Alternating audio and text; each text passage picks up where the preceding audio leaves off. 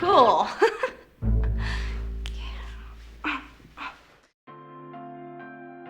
Cinema of the 1940s and 50s is often remembered through a glistening fog of cigarette smoke.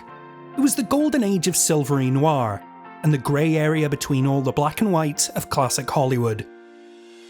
The righteous arm of law enforcement was now the alcoholic gumshoe, machine gun dialogue was met with subtle daggers, and women were no longer ingenues in need of saving. They'd emerged as enchanting, intelligent femme fatales, to be fought over, fallen for, and feared. By the 80s and 90s, a resurgence of the femme fatale was well underway, albeit no longer exclusive to the sultry dominion of noirish mysteries. Bunny boiling, leg-crossing up to no goodniks became something of a genre unto themselves, complete with the rash of sexist moral panic, slut-shaming, finger-wagging, and ableist nonsense that comes bundled along with the crazy woman trope. Looking to the tail end of the century, there's one film that doesn't always get enough credit for its Machiavellian mistress of manipulation, mind games, and wince-inducing recklessness: Cruel Intentions. Released alongside the new wave of gross-out comedies and pop-punk romantic schmaltz way back in 1999, it's easy to look at its glossy exterior and lump it in with the rash of dumb guys, naive girls, and horny everybodies of the era. That would be selling this offbeat drama short of what it is: an ugly compilation of atrocities. Cruel Intentions earns its title and then some, as upper-crust step-siblings Sebastian and Katherine engage in a dangerous bet. Sebastian must take the virginity of the angelic true-love waits Annette before the school year starts. If he fails, he surrenders his posh phallic roller skate, but if he wins, he gets to sleep with his stepsister. While it's teeming with 90s heartthrobs, soon-to-be top-tier acting talent, and Tara Reid, this is less she's all that, and more she's a monster, she's a victim of horrendous abuse, and she's dating an absolute shit. Now over 20 years on, Cruel Intentions certainly brings more to the conversation than the repulsive sexual politics of its more comedic companions, even if much of what's being said comes out in a troubling muddle of missed opportunities and shameful miscalculations. Rude.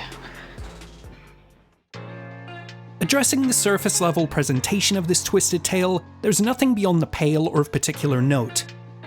Shot, reverse shot, lingering look, then smouldering annoyance is the extent to which these scenes are blocked, and there's little flash to complement the ivory tower living enjoyed by these angelic academics and demonic delinquents.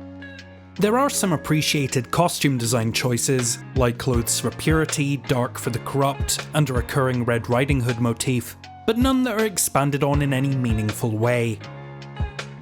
It certainly plays to the 90210 facades of skin-deep obsessions, though the soap opera glow seems at odds with the bracing wickedness of our central siblings.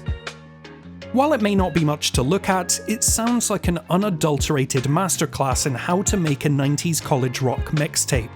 In place of a traditional score, this is how you assemble a jukebox soundtrack.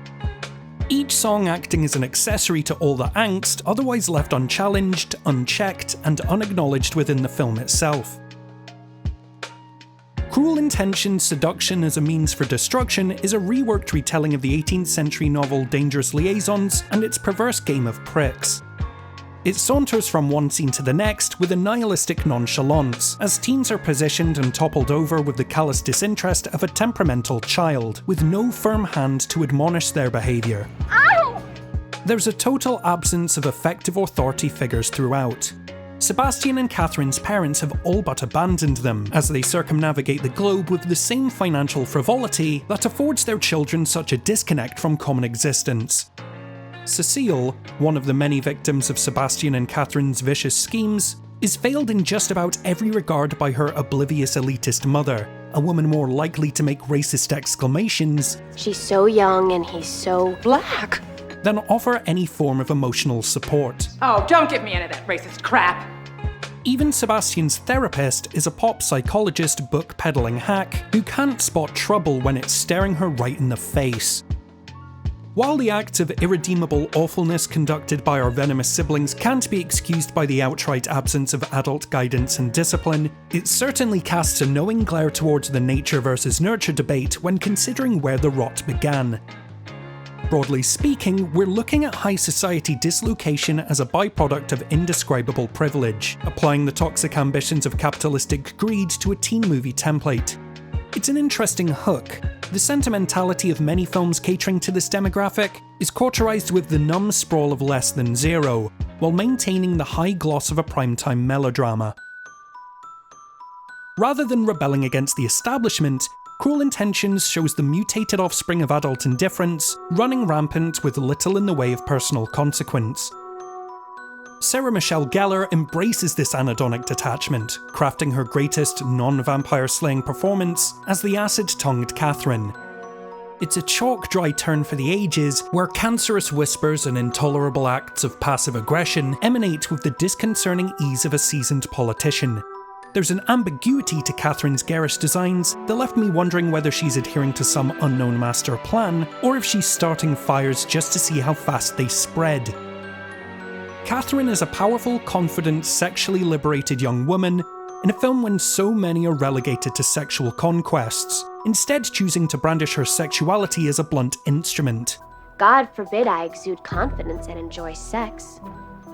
Do you think I relish the fact that I have to act like Mary Sunshine 24/7 so I can be considered a lady?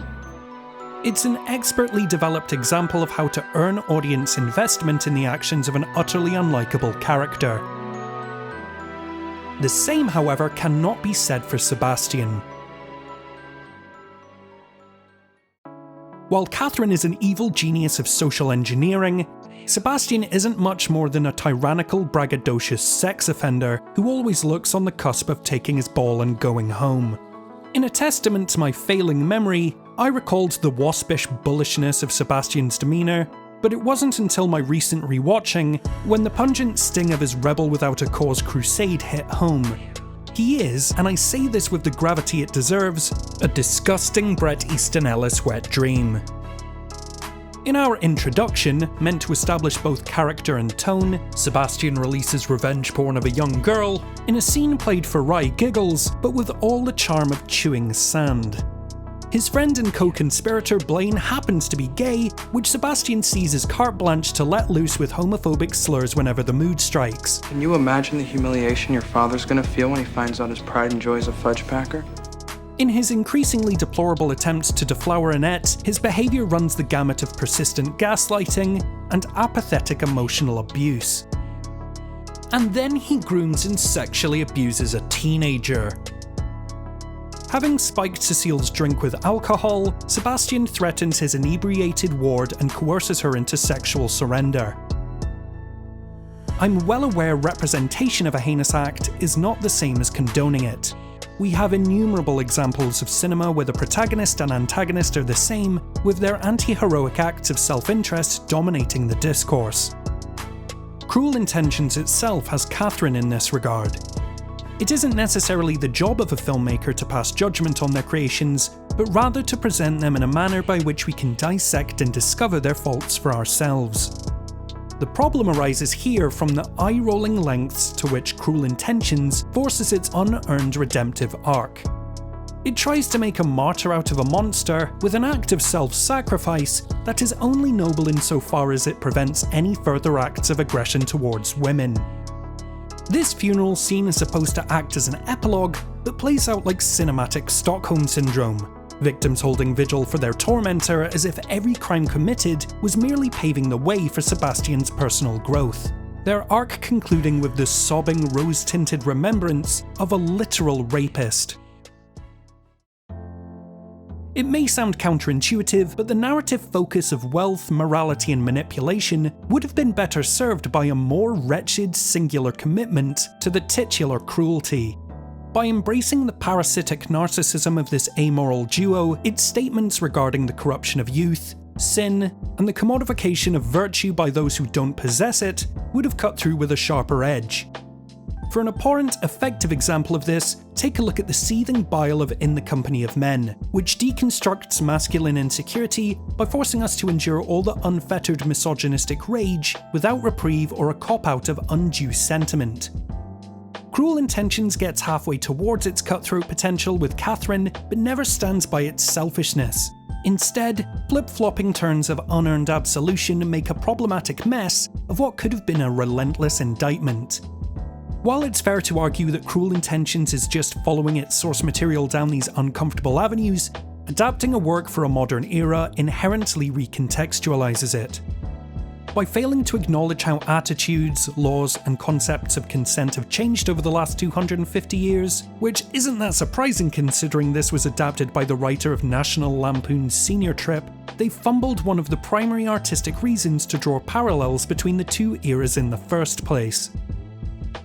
20 years on, this film feels more like a half measure than the misunderstood gem I was remembering it as, touching on perceptions of sexuality, noxious entitlement, and burgeoning adulthood as the death of ethical optimism, but without a commitment to nihilistic cold or the warmth of moral conviction. Cruel Intentions is a lukewarm relic, when it could have been a time capsule of change.